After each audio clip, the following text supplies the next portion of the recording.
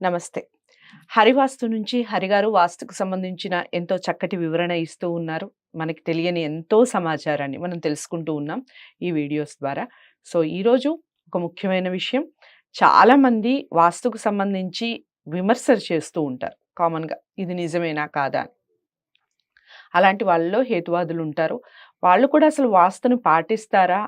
పాటించడం ఏదైనా హరిగారు అబ్జర్వ్ చేసున్నారా తన లైఫ్‌లో? సో, ఒకవేళ పాటిస్తే వారు ఎలాంటి వాస్తుని పాటిస్తారు? ఎప్పటి వాస్తుని పాటిస్తారు? ఈ విషయాలన్నీ కూడా ఈరోజు హరిగారి మాటల్లో తెలుసుకుందాం. హరిగారిని డైరెక్ట్‌గా సంప్రదించవచ్చు. స్క్రీన్ మీద కనపడే నెంబర్‌కి కాల్ చేయడం ద్వారా. నమస్కారం. నమస్తే. హేతువాదుల విషయానికొస్తే చాలామంది పాటించరు అనేదే నేను విన్న విషయం. వాళ్ళకి దేని మీద అంతగా నమ్మకాలు ఉండవు కాబట్టి వాస్తును కూడా ఎక్కువగా నమ్మకపోవచ్చు, నమ్మరు అని. సో, దీనికి మీరేం చెప్తారు? నిజంగా వాళ్ళు నమ్మరా? లేదా పూర్వకి సంబంధించిన పద్ధతులు ఏమైనా వాళ్ళు పాటిస్తూ ఉంటారా? మీరు అబ్జర్వ్ చేసిన విషయాలేమిటి చెప్పండి? ఇప్పుడు నమ్ముతారా, నమ్మరా అనేది అది వాళ్ళ ఇష్టం. ఒక ఎగ్జాంపుల్ మాట్లాడితే. ఎందుకంటే ఈ కాలం ఎట్లయిపోయింది అంటే అబద్ధాలు చెబుతూ తిరుగుతున్న వాళ్ళు ఎక్కువ మంది ఉన్నారు. కాబట్టి వాస్తు అనుకోండి, జ్యోతిష్యం అనుకోండి, వీటివన్నిటి మీద నమ్మకం పోతుంది. ఇప్పుడు ఒక సమస్య మీద ఒక 10 మంది దగ్గర తిరుగుతారు. పరిష్కారమే దొరకలేదు. అప్పుడు ఏమనుకుంటారంటే ఇదంతా వేస్ట్ అబ్బా, అసలు పాటించాల్సిన పనే లేదు అంటారు. ఇది రైటా? రైట్ కాదు. అయితే సమస్య అసలు తీర్చలేనటువంటి సమస్య. అప్పుడు ఏం చేయాలి? ఎంతమంది దగ్గర ఉంది? వేస్ట్ అది. వేస్ట్ అది. కొన్ని అట్లుంటాయి. ఇప్పుడు ఒక ఎగ్జాంపుల్ మాట్లాడితే మీకు జ్వరం వచ్చింది. ఒక చిన్న క్లినిక్ వెళ్ళారు. ఆ డాక్టర్ చూసి ఒక 2 టాబ్లెట్ రాశాడు. ఒక 50 రూపీస్ తీసుకున్నాడు. టాబ్లెట్స్ ఒక 20 రూపీస్. మీరు పొద్దున ఒకటి, సాయంత్రం ఒకటి వేసుకున్నారు. యాక్టివ్ అయిపోయారు. ఇంకా అప్పటి నుంచి 1 మంత్ దాకా ఏం రాలేదు. So is he expert? Of course. జనరల్‌గా ఓకే, పర్వాలేదు. రైట్. క్యాన్సర్ వచ్చింది ఒక మనిషికి. ఒక హాస్పిటల్‌కి వెళ్ళారు. 6 నెలలు టైం ఇచ్చారు. 6 నెలలు టైం ఇచ్చారు. ఇంకో హాస్పిటల్‌కి వెళ్తే సార్ ఒక 8 మంత్స్ టైం ఇచ్చారు. సార్ మేము ట్రీట్మెంట్ చేస్తాం కానీ గ్యారంటీ చెప్పలేమన్నారు. ఇంకో హాస్పిటల్ 3 మంత్స్ అని చెప్పారు. అట్లా అన్ని హాస్పిటల్స్ తిరిగితే పెద్ద పెద్ద హాస్పిటల్ సార్ మేము ₹1,00,00,000 ఛార్జ్ చేస్తాం. మనిషిని ఒక 1 ఇయర్ దాకా బతికిస్తాము అన్నారు. వీళ్ళని బిలీవ్ చేస్తామా ఇప్పుడు మనం? ఇంత పెద్ద హాస్పిటల్ వాళ్ళు చెప్పిన తర్వాత మీరు ఏం చేస్తారు? బిలీవ్ చేస్తారు. 1 ఇయర్ అంటే ఓకే కదా. ప్రముఖ ఏపీ తెలంగాణలో అందరికీ తెలిసిన ఒక స్పెషల్ పర్సన్ యాంకరింగ్ లో ఒక ఆమె ఉంది. ఆమెకే క్యాన్సర్ వచ్చింది. ఓకే. ₹1,00,00,000 పెట్టడానికి సిద్ధం. Doctors guarantee 2 years. Doctors guarantee 2 years. Chintagattu గోశాల వరంగల్లో ఉంది. ఆయన దగ్గరికి వెళ్ళి ట్రీట్మెంట్ 6 మంత్స్ చేసుకున్న తర్వాత ఇప్పుడు ఆమె బతికి ఇంకా 10 సంవత్సరాలు ఉంది. ఆమెకి ఏ ప్రాబ్లము లేదు. మొత్తం క్లియర్ అయిపోయింది. ఇప్పుడు ఎవరిని నమ్ముతారు? ఇన్ని హాస్పిటల్స్ ₹1,00,00,000 పెట్టలేనిది అక్కడ 10,000 పెడితే 6 నెలలు తగ్గిపోయింది. మీ సమాధానం ఏం చెప్తారు? మిరాకిల్స్ ఒక్కోసారి నమ్మాలనిపిస్తుంది. ఒక్కళ్ళు కాదు కదా.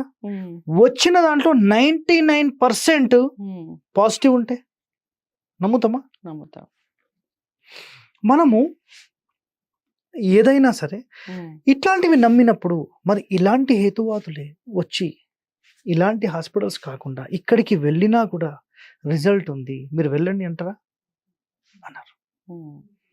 అన్నారు కదా.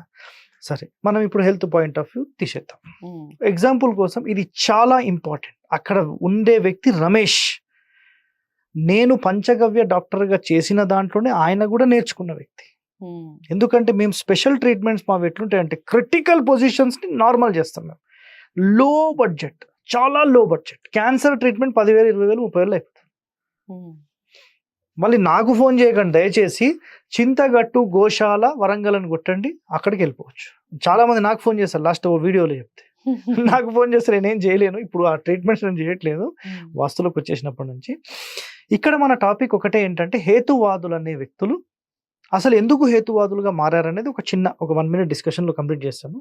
చాలా మంది ప్రజలను మోసం చేస్తున్నారనే ఒక కారణం చేత వీళ్ళు హేతువాదులుగా మారారు. చాలా సింపుల్ ఆన్సర్, ఒకటే ఆన్సర్. అయితే ఎవరైతే నిజాయితీగా ముందుకెళ్తారో వాళ్ళని సపోర్ట్ చేస్తారు, కానీ వన్స్ వీళ్ళు అగైన్స్ట్ అయిన తర్వాత సపోర్ట్ చేసే పరిస్థితి ఉండదు. కాబట్టి ఇంకా హేతువాదులుగానే మిగిలిపోతారు. ఒకటో పాయింట్, హేతువాదులు 100% వాస్తు పాటిస్తారా అంటే మీ ప్రకారం పాటించరు అని మీరు మాట్లాడతారు, పాటిస్తారని నేను మాట్లాడతాను. ఎందుకు పాటిస్తారు, ఎందుకు పాటించారు, నేను కారణాలు చెప్తాను. రైట్, ఫస్ట్ పాయింట్, నేను గత వీడియోస్లో ఏం చెప్పానంటే గేట్కి ఆపోజిట్లో మెయిన్ డోర్ ఉండాలి అని చెప్పాను. ఇది రైటా? హేతువాదుల ఇంట్లో ఇట్లా లేదా? ఉందా లేదా? ఉంది. మెయిన్ డోర్కి ఆపోజిట్ డోర్ ఉంది. మీరు డోర్ ఇంటి వెనకాల పెట్టండి, ముందు అంతా ప్యాక్ చేసేసి ఇంటి వెనకాల పెట్టండి. ఇంటి ముందు ఖాళీ పెట్టి డోర్ వెనకకి పెట్టి వెనక 2 అడుగులే ఖాళీ ఇవ్వండి. యాక్సెప్ట్ చేస్తారా? చేస్తారా? చెయ్యరు. మరి మీరు కూడా వాస్తు పాటిస్తున్నారు కదా. ఒకటో పాయింట్. రెండో పాయింట్, మెయిన్ డోర్ ఓపెన్ చేయగానే డైరెక్ట్ స్టవ్ పొయ్యి కనిపించేటట్టు పెట్టుకోండి. పాటిస్తారా? ఎవరిదన్నా ఇంట్లో చూసారా మీరు? చూడలేదు.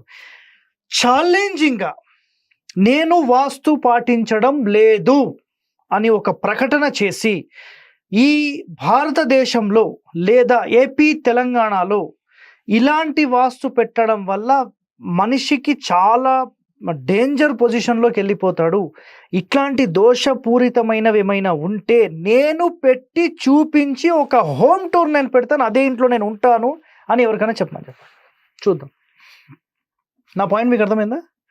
నేను వాస్తు ప్రకారం ఇల్లు కట్టుకున్నాను, నేనేం చేస్తానంటే అంటే ఇండ్లు కట్టించినా అని వీడియోలు చేసి యూట్యూబ్లో పెడతాను.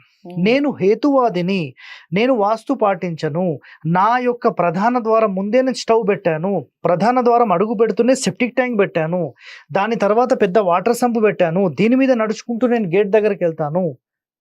ఒక ఎగ్జాంపుల్, నైరుతిలోనే నేను సెప్టిక్ ట్యాంక్ పెట్టాను, ఇంటి లోపల నైరుతిలో సెప్టిక్ ట్యాంక్ పెట్టాను, బ్రహ్మస్థానంలో సెప్టిక్ ట్యాంక్ పెట్టాను, దక్షిణంలో పెద్ద వాటర్ సంపు కట్టించాను, పెద్ద స్టోరేజ్ కట్టించాను, 20 ఫీట్ల లోతు స్టోరేజ్ కట్టించాను, ఆగ్నేయంలో నేను కట్టించాను, వాయువ్యంలో నేను కట్టించాను, నాకేమీ కాలేదు అని ఒక చిన్న హోమ్ టూర్, ఒక చిన్న వీడియో చేసి యూట్యూబ్లో పెట్టమని చెప్పండి.